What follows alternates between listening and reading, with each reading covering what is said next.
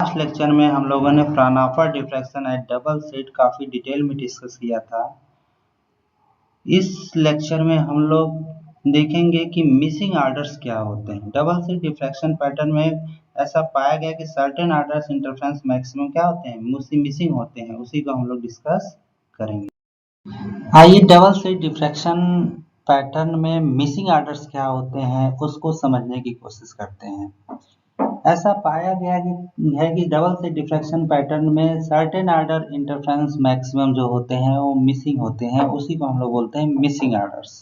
आइए उसी को समझने की कोशिश करते हैं। ठीक है, तो आई जो डबल स्लिट डिफ्रैक्शन पैटर्न का इंटेंसिटी डिस्ट्रीब्यूशन के लिए जो एक्सप्रेशन होता है वो होता है 4a sine square beta by beta square cos square gamma. ये आपका क्या है, ओवरऑल इंटेंसिटी डिस्ट्रीब्यूशन है डबल स्लिट डिफ्रैक्शन पैटर्न का। वेयर बीटा इक्वल टू क्या है आपका, pi by lambda b sine theta.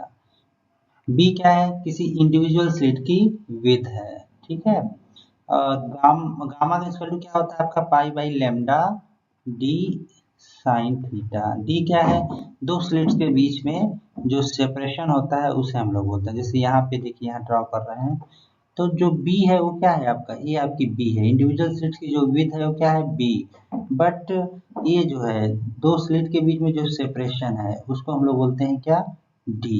ठीक है, क्लियर है। तो ये जो आपका ओवरऑल इंटेंसिटी डिस्ट्रीब्यूशन मिल रहा है इसमें दो टर्म्स हैं। एक टर्म्स है आपका sign square beta by beta square और दूसरा टर्म है कास स्क्वायर गामा। तो जो ये वाला टर्म है उसको हम लोग बोलते हैं क्या, डिफ्रैक्शन टर्म। डिफ्रैक्शन टर्म बोलते हैं। और इस वाले को क्या बोलते हैं हम लोग, इंटरफेरेंस टर्म। Interference term. अब होता क्या है, अगर इस पर ध्यान से देखें तो इन दोनों फंक्शन में से जो भी जीरो होगा, कोई भी एक जीरो होगा तो ओवरऑल इंटेंसिटी जीरो होगा।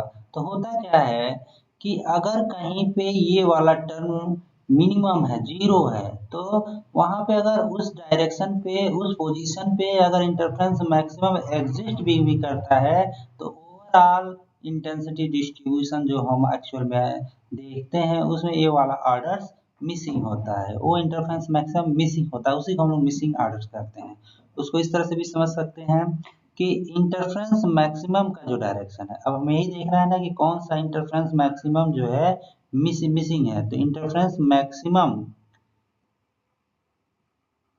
का जो डायरेक्शन होता है, ओके, हमें तो ये जानना है ना कि कौन सा इंटरफेरेंस मैक्सिमम जो है मिसिंग है। इंटरफेरेंस मैक्सिमम का जो डायरेक्शन होता है वो होता है आपका क्या, d sine theta equal to, interference maximum का डायरेक्शन जो होता है इस इक्वेशन से निकाला जा सकता है। D sine theta equal to n lambda. ये इक्वेशन बताता है कि इंटरफेरेंस मैक्सिमम किस किस एंगल पे मिल सकते हैं। मतलब उसके लिए एक कंडीशन है वेयर एन इक्वल टू क्या हो सकता है, 1 2 3 एंड सो ऑन। ठीक है, बट डिफ्रैक्शन मिनिमम की अगर हम बात करें, डिफ्रैक्शन मिनिमम, ये तो हो गया कि हाँ ये इस एंगल पे आपको इंटरफेरेंस मैक्सिमम मिलेंगे। अब डिफ्रैक्शन मिनिमम की बात करें, ठीक है, डिफ्रैक्शन मिनिमम, तो डिफ्रैक्शन मिनिमम कब मिलेगा, डिफ्रैक्शन मिनिमम के लिए जो इक्वेशन है वो क्या है आपका, b sine theta equal to m lambda, where m equal to क्या है, 1 2 3 एंड सो ऑन, यही है।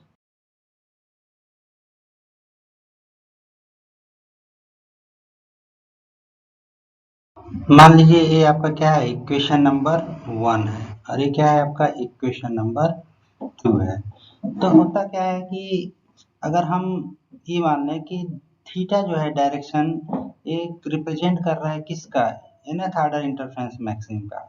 बट अगर यही थीटा डायरेक्शन रिप्रेजेंट कर रहा है किसका, mth ऑर्डर डिफ्रैक्शन मिनिमम का, तो ऑब्वियसली ये है कि आपका जो nth ऑर्डर, मान लीजिए क्या है, ये आपका nth ऑर्डर इंटरफेरेंस मैक्सिमम है।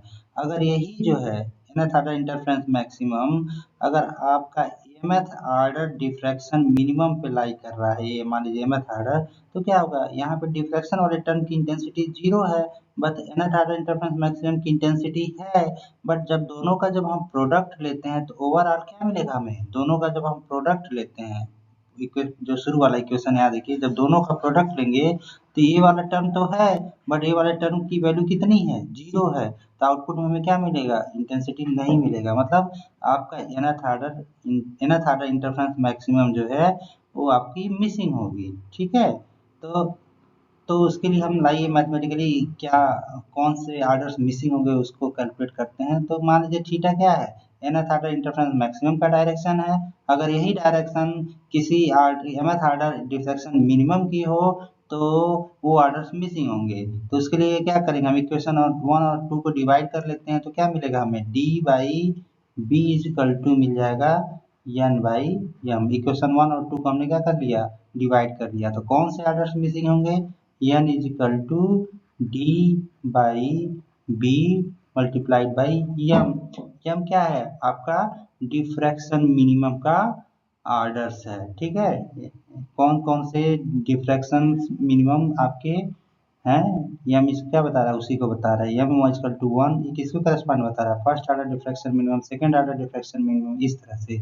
अब होता क्या है कि जो ये डबल स्लिट हमने कंसीडर किया डी और बी, तो हो सकता है डी डी और बी में एक रिलेशन हो सकता है डी क्या हो, जस्ट बी का डबल हो सकता है कि डी क्या हो, बी का ट्रिपल हो, 3 टाइम्स हो।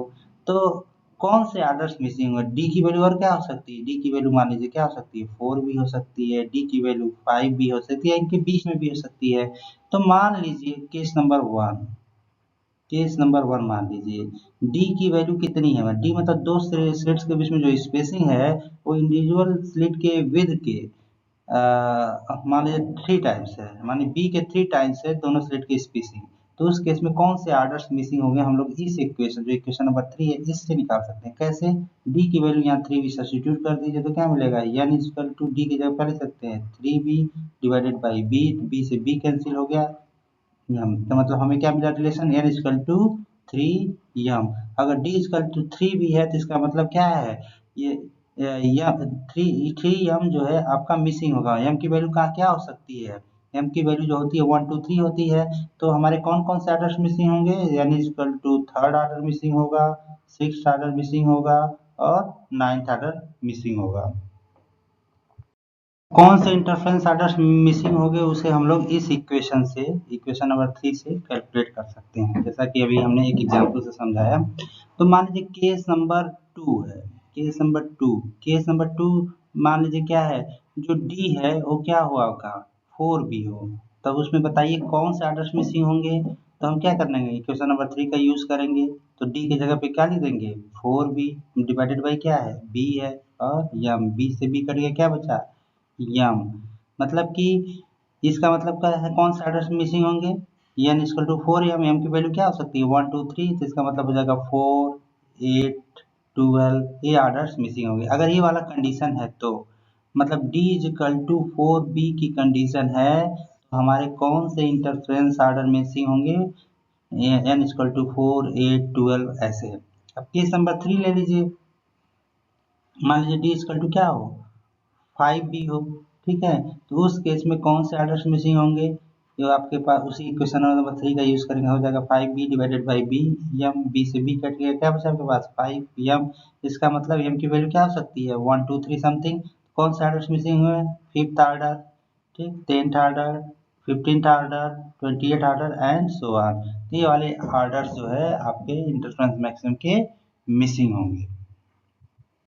आइए मिसिंग ऑर्डर्स को पिक्चरली समझने की कोशिश करते हैं।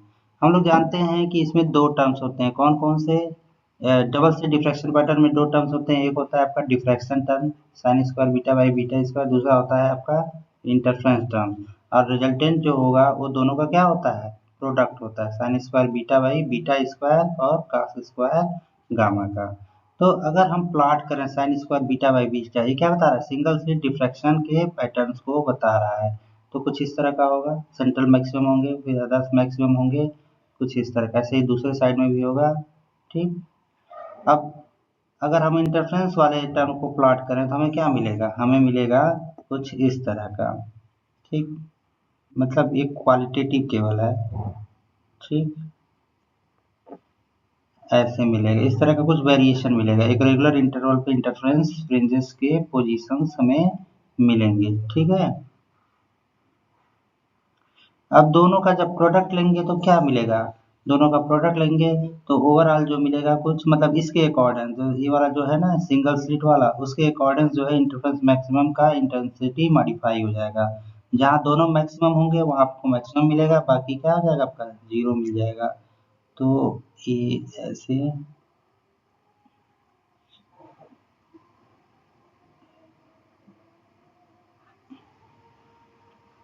कुछ इस तरह का वेरिएशन मिलेगा आपको। ठीक है, तो आप देख सकते हैं कुछ इस तरह का वेरिएशन मिल रहा है। ठीक है, अब देखिए मान लीजिए आपका n इक्वल टू 1 था, n इक्वल टू 2 था, n इक्वल टू 3 था। ठीक है, 2 था, ये 3 था, ये 4th है, ये आपका 5th है, ये 6th है, 7th है। तो कौन सा आर्डर मिसिंग है, तो देखिए यहाँ पे, देखिए यहाँ पे क्या मिल रहा है आपका डिफ्रैक्शन मिनिमम मिल रहा है। ठीक है, डिफ्रैक्शन मिनिमम कर रहा है मेरे पर, उसमें क्या है थर्ड ऑर्डर इंटरफेरेंस मैक्सिमम, इस पिक्चर के according third order interference maximum मिल रहा है। इसलिए ओवरऑल इंटेंसिटी इस पोजीशन पे क्या होनी चाहिए, जीरो होनी चाहिए। तो देखिए यहाँ पे क्या है, ये वाला जो एरिया रीजन है, यहाँ पे एक इंटरफेरेंस मैक्सिमम जो कि अ, होना चाहिए था वो नहीं मिलता है, इसी को हम लोग बोलते हैं मिसिंग ऑर्डर्स। इसी तरह आगे भी देख सकते हैं कि इस साइड में भी देखिए ये वाला ऑर्डर आपका मिसिंग है, क्योंकि इसकी पोजीशन कहाँ लाई कर रही है, एग्जैक्टली डिफ्रैक्शन मिनिमा पे लाई कर रही है, इसलिए वो ऑर्डर्स आपके मिसिंग है। ओके, इस तरह से हम लोग समझ सकते हैं कि मिसिंग ऑर्डर्स क्या है। Thank you for watching this video.